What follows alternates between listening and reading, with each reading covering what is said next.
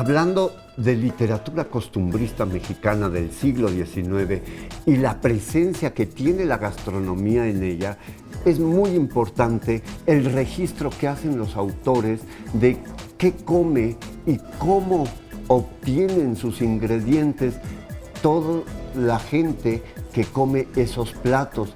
Y uno de los principales registros que tenemos de esto es Astucia, de Luis G. Inclán.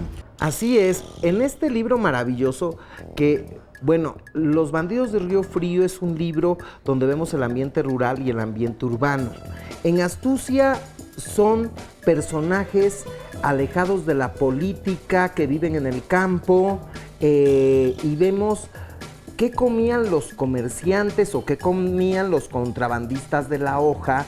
Estos hombres, muy curioso, por lo general que se dedicaban a contrabandear la hoja del tabaco, descendientes de gente que había andado en la independencia de México, qué comían en sus travesías a lo largo y ancho del país y cómo eran también las bodas de pueblo de estos rancheros mexicanos que duraban 3 días y que había en la boda peleas de gallo, había desayunos y al otro día de la gran fiesta la gente desayunaba cecina, chorizo, queso fresco.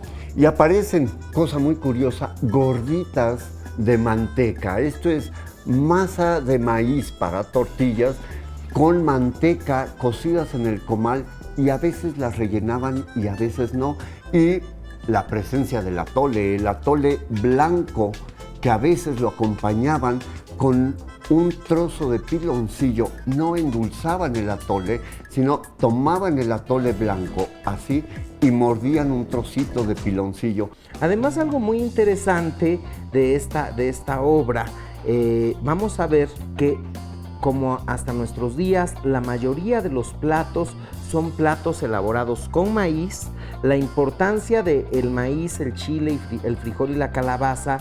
Y hay algo que a mí se me hizo muy interesante, encontrar como el antecedente de la presencia de la torta, nuestra torta mexicana, ¿verdad? Que no es un pastel, que no es un pan, sino vamos a ver que hay una escena de un señor que está convaleciente, dueño de una tienda, y la hija le dice que si le hace, sí, una torta, ya con esa palabra, que le puede poner por dentro sardina, jitomate, y estamos viendo también cómo ya para esa época, 1840, 1850, cómo ya se habían popularizado muchísimos enlatados que llegaban de Europa, como las sardinas. Y solo como escena separada, uno de estos personajes Pepe el Diablo, va a llegar a la Ciudad de México y nos introducen al mundo del café.